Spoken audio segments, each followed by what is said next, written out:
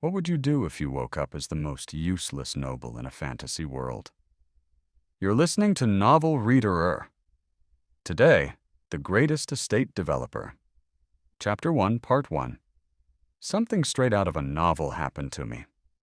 When I opened my eyes, I found myself inside a novel. Night of Blood and Iron. A grand epic led by the cold and calculating hero, Javier Asrahan. I was thrown into that world, as the drunkard young master Javier served during his obscure days. At the time, I didn't realize it. This was, in fact, the beginning of a story where I, once an ordinary civil engineering student, would become the protector of an entire world. Spades, spades, spades. RP, relationship point, system activated. You can earn RP by improving relationships with key characters. You can invest earned RP to unlock talent skills. Current RP, 0. A strange message rang in my head like an alarm. What on earth is RP, and what does it mean to unlock skills? I'm so tired, sleepy. Still half asleep, I grimaced and rolled over in bed. It was annoying. Of course it was. During the day, I was stuck in lectures, and at night, I sweated away working part-time jobs. On top of that, I had stayed up all night reading a novel to relax, so of course, I was exhausted. No, it was almost like karma. But at least I finished my assignments. I could sleep in 30 minutes longer than usual. A satisfied smile crept across my face at that thought, but my smile didn't last long. Please, wake up! A strange voice reached my ears. It was cold, with a sharp clarity to it. A dream, perhaps? It must have been a sound I heard in my sleep. I turned over, but the voice came again, this time more insistent. It's late. It's time for you to wake up, Lord Lloyd. What? This wasn't a dream. The voice was definitely coming from right next to me. What the? I snapped out of my daze. This was my tiny, two-pyong studio apartment. The door was always locked. But now someone was in my room talking to me. I cautiously opened my eyes. And then, my body froze in place. You're awake. Today you woke up rather quickly. Sitting beside my bed was a silver-haired man, stunningly handsome. He looked to be about 20, maybe just a bit older. His face was devoid of any hint of a smile. His expression, sharp as a blade, forged from the coldest ice, suited him perfectly. Javier, Asrahan? I muttered his name instinctively. No doubt about it. Last night I'd stayed up reading Night of Blood and Iron, and the illustration of the main character, Javier Asrahan, was the spitting image of this man. No, it wasn't just similar, it was identical. Even the way he smirked with just one corner of his mouth. You finally remember my name. Thank you.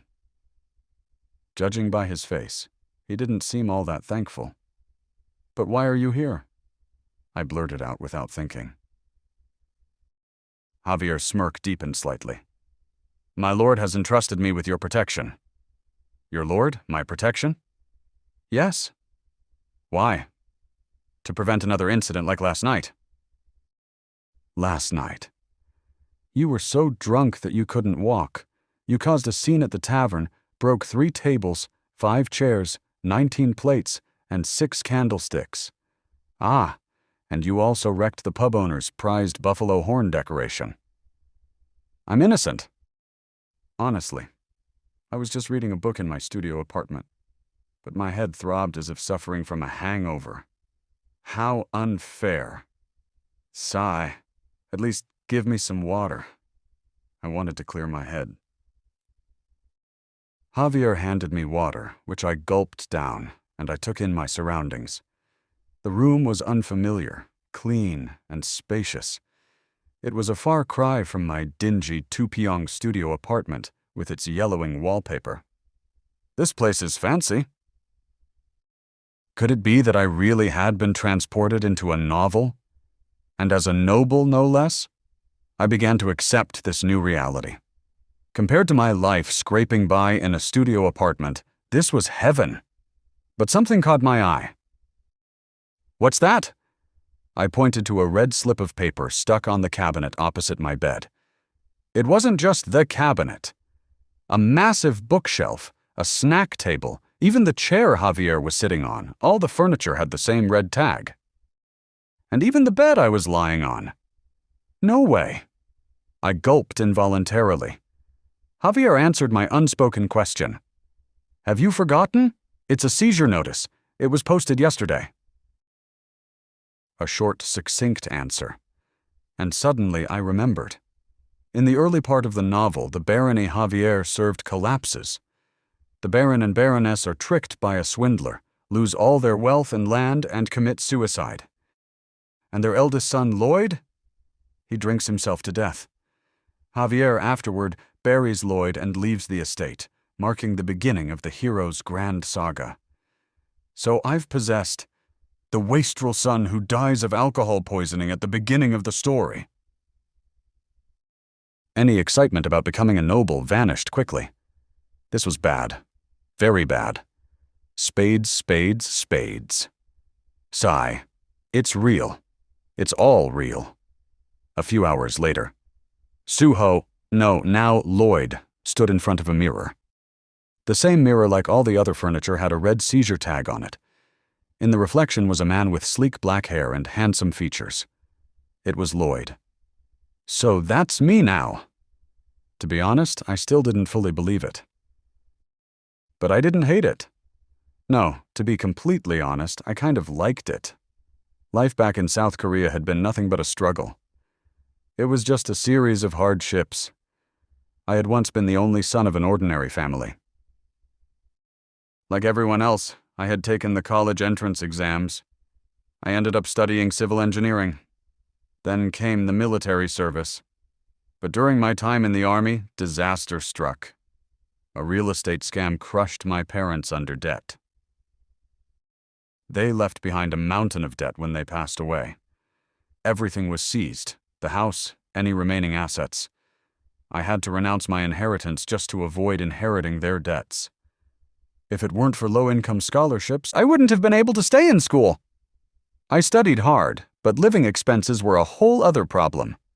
I had to jump from one part-time job to the next. Balancing schoolwork with jobs was no easy feat.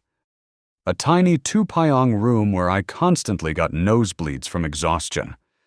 The free rice and kimchi provided by the boarding house were all that kept me going. That was Suho's life, up until yesterday. And now here I am, a noble inside a fantasy novel of all things. Not a Grand Duke or a Count, though. Just the son of a baron overseeing a rural estate. But I liked that more. I won't have to get caught up in any big incidents, like, say, a rebellion. In historical or medieval dramas, that's always the problem. No matter how high up you climb, once you get tangled up in a rebellion, it's game over. No chance to explain or defend yourself, just an immediate execution. I'd rather be a baron in a backwater region. It's like a niche market. No threat of a rebellion, just an easy, comfortable life in the countryside. Living leisurely, avoiding conflict, while enjoying a steady, secure position. Of course, that's only if I can clear the baron's debts. That was the issue. Why did it have to be this point in the timeline? I remembered what Javier had said. The seizure notices were posted yesterday. If I had been brought into this world just a couple of months earlier, I might have been able to stop the swindler who duped the baron. I felt like grabbing the author by the collar. Still, it's already happened, so I need to fix it. If I don't, the baron and baroness will commit suicide next year. Their estate and house will be sold, and I'll be left a beggar. It's the same disaster all over again. Just like back in South Korea. That was a nightmare. I wanted no part of that again. To avoid that, I had to make money, somehow. Enough to clear the baron's debts. I stared into the mirror for a long while. Then something came to mind. I turned to Javier, who stood silently beside me. Hey. Yes, Lord Lloyd. Does our estate have a lot of money? Pardon? If we collect from the residents, how much could we gather? Are you referring to taxes? No, not taxes. Then what do you mean? Like a fundraising campaign, forget it. I shook my head. For a moment I had considered collecting money from the estate's residents. But that idea wouldn't work. If I tried to gather money without a legitimate reason, it would only spark a backlash. Besides, even if I collected some money, it wouldn't be enough to pay off the debt. The opening events of the novel came to mind. The debt had to be repaid within 2 years. But before that deadline, the Baron and his wife would take their own lives. Constant debt collectors. Interest piling up with no way to pay it off. Crushed under that burden, they lost all hope. That happens exactly 1 year from now. And 5 months after that, Lloyd vomits blood and dies in his regular tavern room. That's how the Night of Blood and Iron begins. Damn it! This is too much like my own family's situation back in Korea. How could it be so eerily similar to the ordeal my family went through? The more I thought about it, the worse I felt. Tisk, I need a walk. When your head's full of clutter, walking helps clear it. Taking a walk had been Suho's habit back in Korea. In fact, it was almost his only solace. After all, walking didn't cost money. So I stepped outside the mansion with Javier by my side. We walked into the mansion's hallway. We crossed paths with a certain woman coming from the opposite direction. She had a dignified and graceful aura about her. A middle-aged woman who had aged beautifully. Could it be? A name flashed across my mind.